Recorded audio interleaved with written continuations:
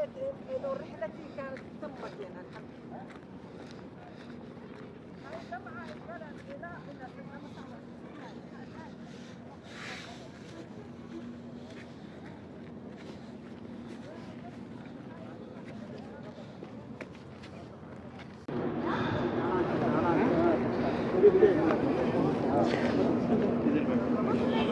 وہ پہاڑ ہے، پہاڑ کی زیارت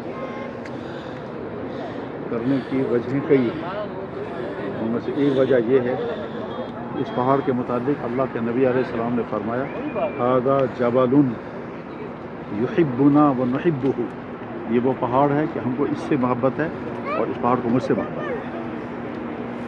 ظاہر ہے جب اللہ کے نبی علیہ السلام نے فرمایا اس پہاڑ سے مجھے محبت ہے، پہاڑ کو مجھ سے محبت ہے، تو کوئی بے وجہ نہیں ہو سکتی۔ تو یہاں کی زیارت کی ایک وجہ یہ ہے۔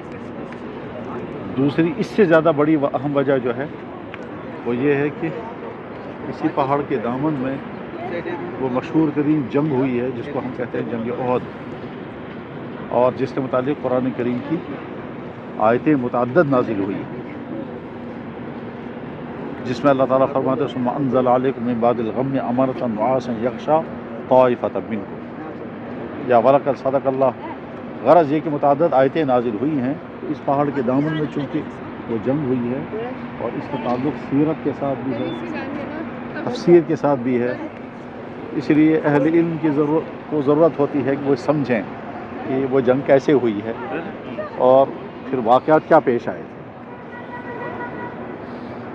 تمام واقعات تو بیان نہیں کیے جا سکتے، بس واقعات کو اگر سمجھنا ہو تو پھر تو ہم کو سیرت پڑھنی پڑے گی، پڑھتے بھی ہیں سیرت، پڑھاتے بھی ہیں، لیکن تفصیل کے ساتھ جب ہم اس جاننا چاہیں گے تو سیرت پڑھ کر ہی واقع احد معلوم ہو سکے گا۔ تیسری بڑی وجہ جو ہم کو یہاں حاضر ہونے کی ہوتی ہے وہ یہ ہے کہ یہ سامنے مقبرہ ہے، مقبرۃ الشہداء، جس میں اس کائنات کے سب سے بڑے شہید حضرت حمزہ رضی اللہ تعالیٰ دفن ہیں، جن کو اللہ کے نبی نے فرمایا سید الشہداء حمزہ، تمام شہیدوں کا سردار جو ہے وہ حمزہ ہے۔ تو کہ تمام شہداء میں سے اکثر اسی میں دفن ہیں۔ ابتدا میں تو ان کی میتیں کسی اور جگہ دفن تھیں، مگر بعد میں پانی آنے کی وجہ سے پھر وہ میت وہاں سے نکالی گئی تو اس حصے میں دفن کی گئی۔ تو 3 وجہ ہو گئی اس جگہ ہمیں پہنچنے کی۔ اللہ کے نبی علیہ السلام نے جس پہاڑ کے بارے میں فرمایا ھذا جبل یرید، یہ وہ پہاڑ ہے جس کو مجھ سے محبت ہے، یہ اس وقت فرمایا تھا کہ جب آپ تبوک سے واپس آ رہے تھے اور مدینہ داخل ہونے سے پہلے جب احد پہاڑ پر نظر پڑی تو فرمایا ھذا طابہ ھذا احد جبل یحبنا ونحبہ، یہ وہ پہاڑ ہے جس کو مجھ سے محبت ہے اس کو۔ احد پہاڑ کو احد اس وجہ سے کہتے ہیں کہ یہ اکیلا ہے، دائیں بائیں اور کوئی پہاڑ نہیں ہے، اور یہ بہت لمبا ہے، میلوں تک پھیلا ہوا لمبا پہاڑ۔ اس پہاڑ کی ایک عظمت یہ بھی ہے کہ اللہ کے نبی علیہ السلام اس پہاڑ پر چڑھے ہیں، اور کہا جاتا ہے کہ وہ جو لکھا ہوا ہے اللہ اسی جگہ اس جگہ کھڑے تھے، حضرت صدیق اکبر بھی تھے، حضرت عمر فاروق بھی تھے، تو یہاں پہاڑ ہلنے لگا خوشی سے۔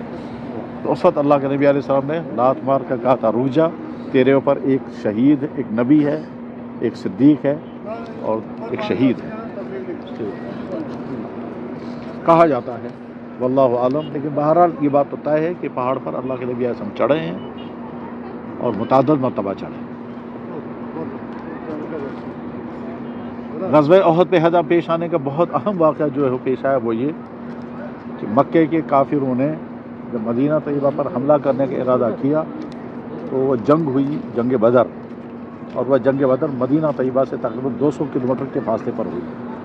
اس جنگ بدر میں کفار مکہ کو نہایت ہی خطرناک شکست ہوئی، بڑی ذلت آمیز شکست ہوئی، ان کے 70 بڑے بڑے کفار مارے گئے، 70 بڑے بڑے کفار گرفتار ہو گئے اور وہ ذلیل ہو کر کے واپس نکل گئے۔ ان کو تصور بھی نہیں تھا کہ شاید ایسی ہمیں شکست ہو جائے گی، کیونکہ وہ تو آئے تھے بڑی بھرپور تیاری کے ساتھ جنگ کرنے کے لیے، اور یہاں سے مسلمان نکلے تھے صرف دوسرے کے ارادے کے لیے۔ یہ 313 تھے، وہ تھے 1000، ان کے پاس ہتھیار نہیں، وہ ہتھیار لے کر آئے تھے، ان کے پاس لڑنے کا سامان نہیں، ان کے پاس لڑنے کا سامان تھا، یہ لڑنے کے لیے نکلے ہی نہیں تھے، وہ تو حملہ کرنے کے ارادے سے آئے تھے۔ وہ 1000 کی تعداد میں ہیں، یہ 313 ہیں، ان کے ہاتھوں میں ڈنڈے ہیں، سواری بھی ہوتے ہیں۔ اس حال میں بدر میں مقابلہ ہوا، اس مقابلے میں حیرت انگیز طور پر کفار مکہ کو شکست فاش ہو گئی اور وہ بڑی غمناک حالت میں یہاں سے چلے گئے۔ تو اسی وقت ابو سفیان نے ارادہ کر لیا تھا کہ میں تب تک اطمینان سے نہیں بیٹھوں گا جب تک مکے والوں سے مدینے والوں سے بدلہ نہیں لوں گا، تب تک اطمینان سے نہیں بیٹھوں گا۔ ابو سفیان غزوہ بدر میں نہیں تھا، یہ بات لوگ بیان کرتے رہتے ہیں، یا اگر کہیں کسی کتاب میں لکھا ہوگا ابو سفیان غزوہ بدر میں نہیں تھا، ابو جہل تھا۔ وہ تو ابو سفیان ملک شام سے واپس آ رہے تھے، ابو جہل کے ساتھ راستے میں ملاقات ہوئی تو ابو سفیان جو ہے وہ مکہ چلا گیا قافلہ لے کر کے، اور ابو جہل فوج لے کر مدینے کی طرف بڑھا ہے، تو جنگ بدر کا مقابلہ ہوا۔ ابو سفیان جنگ بدر میں نہیں تھا، اگر کچھ لوگ بیان کرتے ہوں تو وہ غلط فہمی ہے۔ ابو جہل بھی مارا گیا، عتبہ شیبہ بھی مارے گئے۔ بدر میں جو ہے وہ تقریباً 14 مسلمان شہید ہو گئے تھے، ان کا مقام بہت زیادہ اونچا ہے۔ بدر میں شریک ہونے والے صحابہ کا مقام بھی بہت اونچا ہے، تو ان کے جو شہید ہونے والے 14 صحابہ ہیں اس میں 6 مہاجرین اور 8 انصار ہیں، ان کا مقام بھی بہت اونچا ہے، وہ ان کی قبریں وہیں ہیں۔ اب مکے والوں کو بڑا دکھ تھا کہ بدر میں ہماری اتنی شکست ہو گئی، اس لیے اسی وقت انہیں ارادہ کیا کہ ہم مدینے پر حملہ کریں گے۔ تو چنانچہ 1 سال کی تیاری کے بعد اسی رمضان میں انہوں نے آخری فیصلہ کیا، رمضان 3 ہجری تھی، انہوں نے فیصلہ کیا کہ ہم مدینے پر حملہ کریں گے۔ چنانچہ عید سے پہلے یا عید کے فوراً بعد مکہ مکرمہ سے فوج نکلی مدینے پر حملہ کرنے کے لیے۔ اللہ کے نبی علیہ السلام، یہ شوال کا مہینہ تھا، جب حضور کو پتہ چل گیا آپ نے صحابہ کو مشورہ بلایا۔ کچھ صحابہ کی رائے یہ تھی کہ شہر کے اندر رہ کر کے مقابلہ کریں گے، کچھ صحابہ کی رائے تھی کہ کھلے میدان میں آ کر مقابلہ کریں گے۔ اللہ کے نبی علیہ السلام کی خود کی چاہت یہ تھی کہ میدان میں نہیں بلکہ شہر کے اندر ہی رہے، لیکن صحابہ کے اصرار کی بنا پر آپ نے فیصلہ فرما دیا ٹھیک ہے، جب تم سب لوگ یہی چاہتے ہو کھلے میدان کے اندر تو وہی کرتے ہیں۔ پھر یہاں مقابلہ کا فیصلہ ہوا، اور یہ جمعے کا دن تھا جب آپ علیہ السلام نے آخری فیصلہ سنا دیا تیاری کرو تو کل صبح نکلنا ہے۔ اب سمجھنا یہ ہے کہ یہ مکہ ہے، اس طرف مکہ ہے، اور یہاں سے فوجیں یوں آئی، یہ مدینہ شہر سے باہر سے آئی ہے، اس پہاڑ کے دامن میں پہنچی۔ یعنی ہم سمجھنا چاہیں تو یہ کہہ سکتے ہیں یہ مدینہ ہے، یہ مکہ ہے، مکہ سے فوجیں ایسی آئی ہیں، یہ مدینہ شہر میں نہیں، یہاں سے یوں یہ ہے، یہاں سے آئی ہے فوج، اس میں 3000 تھے، اس میں ابو سفیان کمانڈر تھا، خالد بن ولید بڑے کمانڈروں میں سے۔ اللہ کے نبی علیہ السلام نے جمعے کے دن 6 شوال کو شہر مدینہ کے اندر فیصلہ سنا دیا کہ مقابلہ ہوگا فلاں جگہ ہوگا، تمام صحابہ تیاری کریں۔ عصر کے وقت آپ علیہ السلام وہاں سے نکلے ہیں، اس راستے میں رات گزاری، وہ کہتے ہیں رات جہاں گزاری کہتے ہیں مسجد مستراح، جہاں آپ نے رات گزاری، اور وہیں وہ لڑکوں کا مقابلہ بھی ہوا۔ بہرحال لمبی تفصیل ہے، نہیں اترنا ہے جب تک اللہ کے نبی ہمیں اجازت نہ دے۔ حضور نے ہم کو روکا ہے، اب کیسے اتریں گے؟ صحابہ سے نہیں مانا، اتر گئے، 38 صحابہ پیچھے چلے گئے، 12 یہیں رہ گئے۔ وہاں اس چوٹی سے خالد بن ولید نے دیکھا کہ جبل مراد خالی ہو چکا ہے، اب وہاں سے انہیں 200 آدمیوں کا قافلہ لے کر کے ہم تک گیا، تو یہاں سے پیچھے سے آئے، وہاں سے پیچھے سے آئے اور یہاں سے آئے، 200 آدمیوں نے پیچھے سے حملہ کیا، وہ جو بھاگے ہوئے کافر تھے وہ بھی واپس آ گئے، تو اس جبل رماد کے سامنے ہوا ہے۔ اس جبل رماد کی اہمیت یہی ہے، حدیث میں اور سیرت کی کتابوں میں، بخاری شریف کتاب المغازی میں جبل رماد کا تذکرہ یہ وہ اگر ہم پڑھیں۔ اب جب مسلمان بیچ میں گر گئے، اس طرف سے کفار کا ایک، ادھر سے پیچھے دوسرے کفار، بیچ میں مسلمان ہیں، اس قدر شدید حملے ہوتے رہے، کسی کو کچھ پتہ نہیں کون کہاں ہے، کسی کو کچھ پتہ نہیں کون کہاں ہے۔ کہا جاتا ہے مسجد کے اس طرف کوئی جگہ تھی جہاں ایک چٹان کے پیچھے وحشی نام کا شخص چھپا ہوا تھا، اس ارادے سے کہ حضرت حمزہ جب یہاں سے گزریں گے تو حملہ کروں، چنانچہ حضرت حمزہ وہاں سے گزرے، اس نے نیزہ مارا اور وہ حضرت حمزہ کے ناف کے نیچے لگا، ناف کے نیچے لگا، پیچھے سے نکلا، بس حضرت حمزہ وہیں گئے، پھر نہیں ہو سکتا۔ پھر ان کو کفار مکہ کی پوری کوشش تھی کسی طرح سے حضور پر حملہ کریں، کسی طرح سے حضور پر حملہ کریں، چنانچہ کچھ کتابوں میں یہ لکھا ہوا ہے کہ اللہ کے نبی علیہ الصلوۃ والسلام کو لیا گیا اور اس گھاٹی کے اندر پہنچایا گیا. وہ جو یہ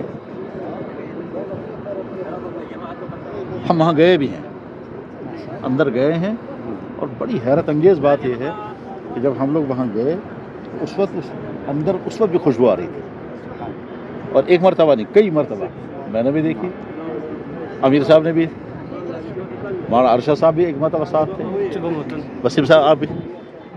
ہاں یہ اس گھاٹی کے اندر وہ اس میں جب باہر سے دیکھیں گے تو پتہ نہیں چلتا آدمی اندر چھپا ہوا ہے. اندر یہ غار ایسا ہے کہ اگر آدمی باہر سے دیکھے گا تو باہر سے پتہ نہیں چلے گا اندر آدمی چھپا ہوا ہے. ایسا ہے یہ غار. اب وہاں بیان ہے, اس پر جا نہیں سکتے, وہاں دیوار لگا دی گئی ہے, چڑھ بھی نہیں سکتے. تو ہم نے اس زمانے میں بھی اندر گئے ہیں جب کوئی دیوار نہیں تھی, پھر جب دیوار لگائی گئی تو دیوار چڑھ کر بھی گئے, لیکن اب وہ دیوار ایسی ہے کہ اب چڑھ نہیں سکتے. بہرحال وہیں اس دن ظہر کی نماز نیچے اللہ کے نبی صلی اللہ علیہ وسلم نے پڑھی ہے, وہاں پر بھی خوشبو آتی ہے. آج کا نہیں معلوم ہے, وہاں پر بھی خوشبو آتی ہے, وہ ہم نے خود دیکھی اس کی مٹی میں بھی. اور وہ جو غار کے اندر, عجیب بات ہے, غار کے اندر کبھی بعد میں کوئی بکریاں گئی ہوں گی تو ان کی مینگنی میں بھی خوشبو ہم نے دیکھی اس غار. بہرحال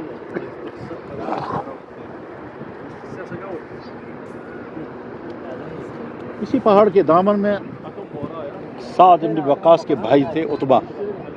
انہوں نے اللہ کے نبی علیہ السلام پر تیروں پر تیر پھینکے ہیں, جس کی وجہ سے حضور کے دندان مبارک بھی شہید ہو گئے, حضور کے سر مبارک زخمی ہو گئے, حضور بے ہوش ہو کر گر گئے, اور لوگوں نے اعلان کر دیا کہ نبی شہید ہو گئے. اسی پہاڑ کے دامن میں ایک جگہ پر ابو سفیان نے کھڑے ہو کر کہا تھا, افیکم ابن محمد کیا محمد حبی ہیں؟ تو اللہ کے نبی صلی اللہ علیہ وسلم کوئی جواب مت دینا. پھر اس نے کہا افیکم ابن ابی قحافہ, ابو قحافہ زندہ ہیں؟ آپ نے فرمایا کوئی جواب مت دینا. پھر اس نے کہا افیکم ابن خطاب, کیا عمر ابن خطاب ہیں؟ تو حضرت عمر برداشت نہیں کر سکے, وہ کھڑے ہو کے کہنے لگے ہم ہیں اور سارے زندہ ہیں, اور اللہ تم کو ذلیل کرنے کے لیے ہم کو ابھی زندہ رکھے ہوئے. پھر ابو سفیان نے اس کو کہا تھا نعرہ لگاتے ہوئے, لا عزا ولا عزا لکم. تو اللہ کے نبی صلی اللہ علیہ وسلم فرمایا جواب دو. انہوں نے کہا کیا جواب دیں؟ کہ عجیب علیہ اللہ مولانا ولا مولا لکم, اللہ ہمارا مولا ہے, تمہارا کوئی مولا نہیں. پھر ابو سفیان نے اس وقت کہا تھا کہ حضرت حمزہ کا مسئلہ کر دیا گیا ہے. میں نے نہیں کروایا, مگر مجھے افسوس بھی نہیں, کیونکہ ہندا نے آ کر کے حضرت حمزہ کے کان کاٹے تھے, ناک کاٹے تھے, جگر نکالا تھا, چبا تھا اسی مسجد میں اس طرح. اس طرح سے تقریباً دوپہر عصر کے قریب تک کا وقت تھا. کفار مکہ نے محسوس یہ کیا کہ ہم نے جیت لیا ہے, ہم نے بدلہ لے لیا ہے. ان میں سے 60-70 آدمی ہم نے مار دیے ہیں, اور پھر وہ یہاں سے گزر گئے تابلیاں بجاتے ہوئے یہاں سے اس پہاڑی کے نیچے. صحابہ زخمی ہیں. ابو طلحہ رضی اللہ تعالیٰ کہتے ہیں کہ اس قدر غمناکی کی حالت تھی کہ ہم مطلب ایک طرف سے اللہ کے نبی صاحب کو حکم ٹوٹ گیا, صحابہ نیچے اتر آئے, جو جیتی ہوئی جنگ تھی وہ ہار گئے, حضور زخمی ہو گئے, 70 صحابہ شہید ہو گئے, حضرت حمزہ شہید ہو گئے, مصعب بن عمیر جیسے صحابی شہید ہو گئے, حذیفہ بن الیمان کے والد تھے یمان, وہ مسلمانوں کے ہاتھوں شہید ہو گئے. ان کو پتہ ہی نہیں چلا کہ یہ تو ہمارا آدمی ہے, کافروں کے سمجھتا ان کو مار دیا. اسی غزوہ قتادہ میں نعمان صحابی ہیں, وہ حضور کی خدمت میں آئے کہ یا رسول اللہ میری آنکھ نکل گئی, کسی نے تیر مارا, آنکھ پھٹک گئی. تو آپ نے فرمایا کیا چاہتے ہو؟ یا رسول اللہ میری آنکھ ٹھیک ہو جانی چاہیے اور جنت میں. آپ نے فرمایا جنت بھی ملے گی اور آنکھ بھی. پھر آپ نے ان کی آنکھ کو لعاب لگایا اور یہاں ہٹ کر دی. تو بعد میں ساری زندگی قتادہ ابن نعمان کی وہ آنکھ ٹھیک رہی, ٹھیک حالت میں. یہ جو متعدد عجیب معجزات ہیں, ان معجزات میں سے ایک معجزہ یہ بھی ہے کہ قتادہ ابن نعمان کی آنکھ نکل گئی تھی, اللہ کے نبی علیہ السلام نے واپس جوڑ دی, اور وہ ساری زندگی وہ آنکھ ٹھیک رہی. اور دوسرا عجیب واقعہ جو ہوا ہے وہ یہاں نہیں ہے. عبداللہ ابن عتیق صحابی ہیں, وہ ایک مکان سے نیچے گر گئے تھے اور ٹانگ ٹوٹ گئی تھی, اور جب حضور کی خدمت آئے تو آپ نے لعاب مبارک اس ٹانگ میں لگایا تو بعد میں عبداللہ ابن عتیق کہتے ہیں ساری زندگی اس ٹانگ میں مجھے کبھی درد نہیں ہوا. یہ بھی بخاری میں باب قتل ابی رافع، ابو رافع کے قتل کا بیان، اس میں عبداللہ ابن عتیق کا واقعہ بیان ہے. عبداللہ ابن عتیق کہتے ہیں کہ میری ٹانگ ٹوٹ گئی تھی، میں نے حضور کی خدمت کیا سے میری ٹانگ ٹوٹ گئی، فلانا کام کرتے کرتے آپ نے پھر دعا مبارک لگایا اور عصا فرمایا، قتادہ ابن نعمان کی آنکھ یہاں اس میدان میں. کفار مکہ جب یہاں سے چلے گئے اس کے بعد پھر اب لاشوں کو جمع کیا جانے لگا. 70 صحابہ اکثر زخمی ہیں، حضور بھی زخمی ہیں. اسی دن شام کو حضور نے بلا کر کے کہا کہ کل کو دوبارہ حملہ ہونے والا ہے، اب کون تیار؟ تو بجائے اس کے کہ صحابہ کرام گھبرا جاتے اب کیا ہوگا، ہم تو زخمی ہیں، لڑ کے تھک چکے ہیں، شہید بھی ہو چکے ہیں، حضور بھی زخمی ہیں، کیا لڑیں گے ہم؟ صحابہ کرام نے کہا یا رسول اللہ ہم تیار ہیں، اور جیسے بھی آپ فرمائیں گے. اس میں قرآن کی آیت نازل ہوتی ہے الذین استجابوا للہ والرسول من بعد ما اصابهم القرح للذین احسنوا منهم. زخموں پر زخم لگنے کے بعد وہ صحابہ جو اس بارہ تیار ہو گئے، اللہ ان سے بہت راضی ہے. چنانچہ آپ کے علیہ کے اندازے کے مطابق ٹھیک وہی ہوا. کفار مکہ یہاں سے خوشیاں مناتے ہوئے چلے گئے اور آگے چل کر حمراء الاسد، مدینہ طیبہ سے باہر شہر حمراء الاسد کے مقام پر پہنچے ہیں. تو وہاں بیٹھ کر کے مشورے ہونے لگے اور تبصرے ہونے لگے. مشوروں اور تبصروں میں آخر میں کہا بھائی ہم نے کیا کیا، پچھلے سال ان کی تعداد کم تھی، ہماری تعداد زیادہ تھی، انہوں نے 70 مارے تھے، 70 گرفتار ہوئے تھے. اس سال ہماری تعداد 3000 تھی اور یہ تھے پہلے 1000. 1000 میں سے بھی 300 واپس چلے گئے منافقین. منافقین وہاں سے واپس گئے، وہاں گئے. عبداللہ ابن ابی 300 آدمی کو لے کر یہاں سے واپس نکل گئے. اور عبداللہ ابن ابی جب واپس نکلنے لگا تھا تو اس وقت انصار مدینہ کے 2 قبیلے بھی تیار ہو گئے تھے واپس نکلنے کے لیے، قبیلہ بنو حارثہ، قبیلہ بنو سلمہ. انہوں نے بتایا ہم بھی نکل جائیں گے واپس، ہم نہیں لڑیں گے، ہم ان کے ساتھ. بعد میں ان کو احساس ہو گیا کہ ہم منافقین کے ساتھ جائیں گے یا نبی کے ساتھ رہیں گے. اس پر قرآن کی آیت نازل ہوئی تھی اذ ہمت طائفتان منکم ان تفشلوا واللہ ولیہما. حضرت جابر بن عبداللہ کہا کرتے تھے کہ مجھے بڑی خوشی ہے یہ آیت ہمارے بارے میں نازل ہوئی، کیونکہ اس میں اللہ فرما رہے واللہ ولیہما، اللہ ان کا ولی تھا. یہ جابر بن عبداللہ کہتے ہیں کہ میرے والد عبداللہ نے مجھ سے کہا جابر میں جا رہا ہوں، میں واپس نہیں آؤں گا. اور یہ بہنیں تھے ہمارے حوالے. جابر بن عبداللہ چھوٹا لڑکا، شاید پتہ نہیں نابالغ تھے اس وقت. جابر بن عبداللہ کہتے ہیں کہ جب میرے والد نے کہا کہ یہ بہنیں تمہارے حوالے ہیں، ایک حدیث میں ہے 9 بہنیں اور ایک حدیث میں ہے 6 بہنیں. 6 بھی تھی 9 بھی تھی، 3 کا نکاح ہو چکا تھا، 6 گھر پہ تھی، تو اس لیے 6 بہنیں کہنا بھی صحیح ہے، 9 بہنیں کہنا بھی صحیح ہے. چنانچہ جابر بن عبداللہ کے والد عبداللہ جہاں شہید ہوئے، پھر جابر نے جب سنا تو وہ دوڑ کر کے آیا اور آ کر کے چادر ہٹا کر دیکھنے رونے لگے. تو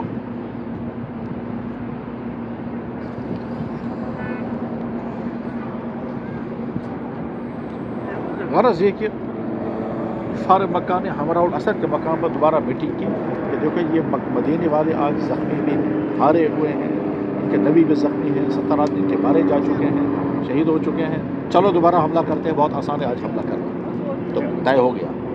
یہاں اللہ کے نبی علیہ السلام نے پہلے سے جماعت روانہ فرما دی ہے. فرمایا کہ احد میں جو لوگ ہمارے ساتھ بس وہی چلیں. چنانچہ جب یہاں سے چلے ہیں، کفار مکہ نے وہاں سے سنا وہ تو آ رہے ہیں پیچھا کرتے ہوئے، تو انہوں نے مشورے میں کہا ایسا نہ ہو جو ہم نے فتح پائی ہے یہ بھی ہاتھ سے چلی جائے. تو لہٰذا وہیں سے فرا ہو کر نکل گئے. پھر اللہ کے نبی ایسا واپس آئے.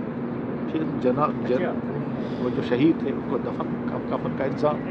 تو حضرت مصعب بن عمیر کے بارے میں کہا جاتا ہے کہ کفن کے لیے کپڑا نہیں تھا. پھر ایک چادر ڈالی گئی، سر ڈھانپتے تھے تو پاؤں کھل جاتا تھا، پاؤں ڈھانپتے تھے تو سر کھل جاتا تھا. تو آپ نے سامنے فرمایا سر ڈھانپ تو پاؤں پر گھاس ڈال دو، اور بغیر جنازے کے دفن کیا گیا. اور ایک ایک قبر میں کئی صحابہ کو دفن.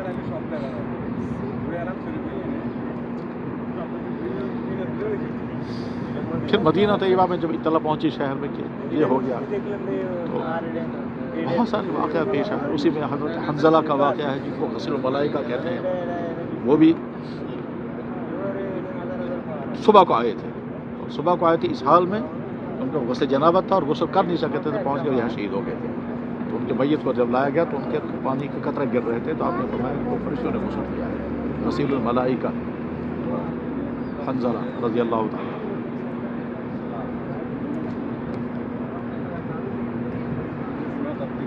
وہ جو صحابہ اس پہاڑی سے نیچے اتر گئے، پھر قرآن کی آیتیں نازل ہو گئی جس میں اللہ تعالیٰ شان نے فرمایا کہ کیوں نیچے اترے تھے؟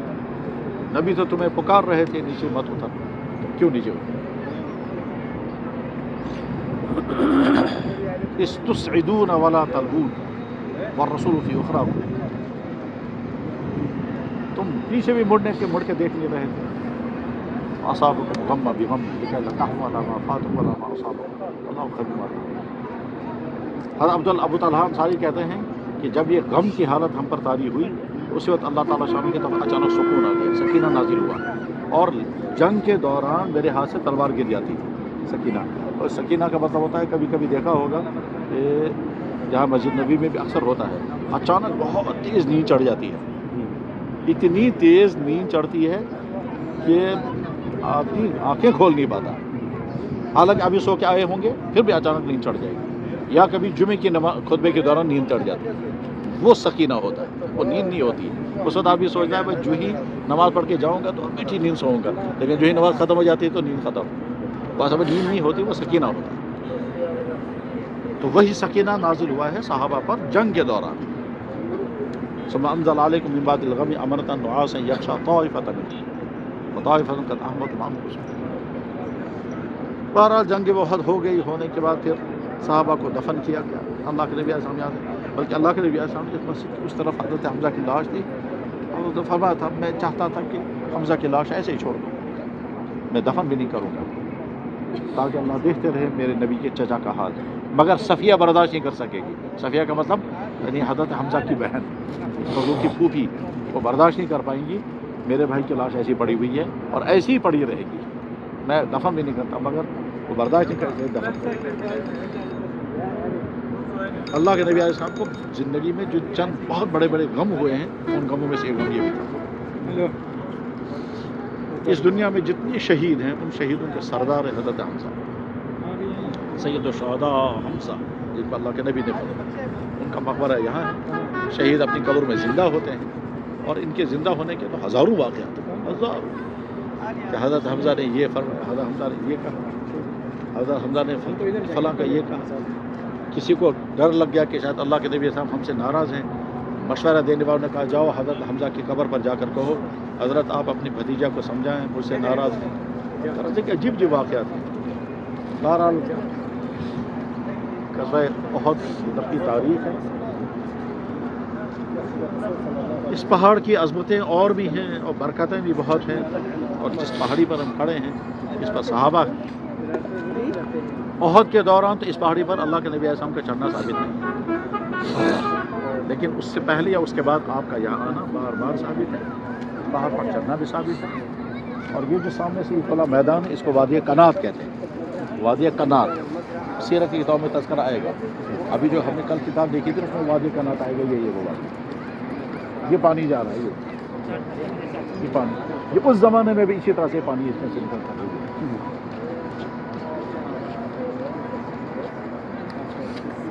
وہ جو کہتے ہیں کہ اللہ کے نبی علیہ السلام جمعے کی نماز خطبہ دے رہے تھے تو صحابی نے کہا یا رسول اللہ بارش نہیں ہے، ہلاکت الاموال، سب خشک سالی سے فنا ہونے والے ہیں. تو اللہ کے رسول نے کھڑے کھڑے دعا فرمائی اور اسی دعا کے دوران بارش شروع ہوئی اور ایک ہفتے تک مسلسل بارش بہتی رہی.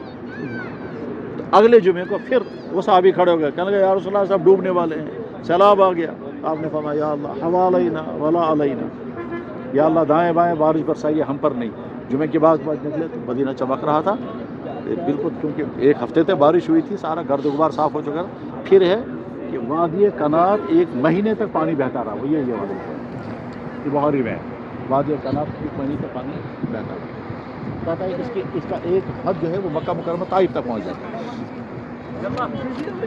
یہ ناری اسی طرح سے اسی وادی کنات کے کنارے پر وہ جو باغ ہے وہ کھجور کے درخت، یہاں حضرت حمزہ دفن کیے گئے تھے. بعد میں حضرت یہ پانی جو ہے وہ قبر کے اندر چلا گیا تو حضرت امیر معاویہ کے زمانے میں ان کے میت کو نکال کر یہاں دفن کیا، اور جب میت نکالی گئی تو تر و تازہ اس باغ میں یہ پانی اندر چلا گیا تھا قبروں کے.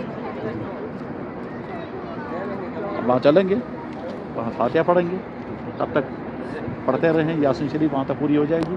یاسین شریف پڑھ کر مثال ثواب کرتے ہیں.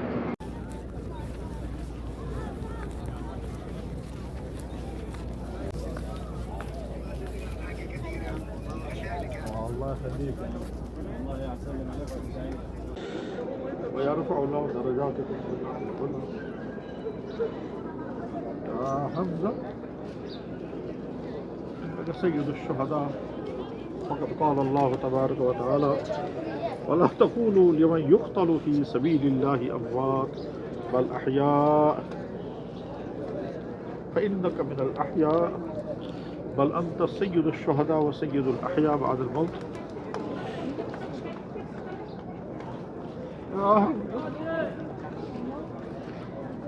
إنا نشهدك أننا نشهد أن لا إله إلا الله إنا نشهدك أننا نشهد أن ابن أخيك محمد صلى الله عليه وسلم هو النبي الصادق المصدوق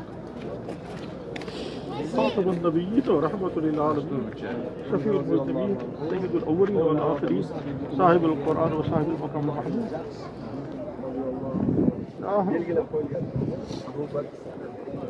أرجو منك أن أشهد على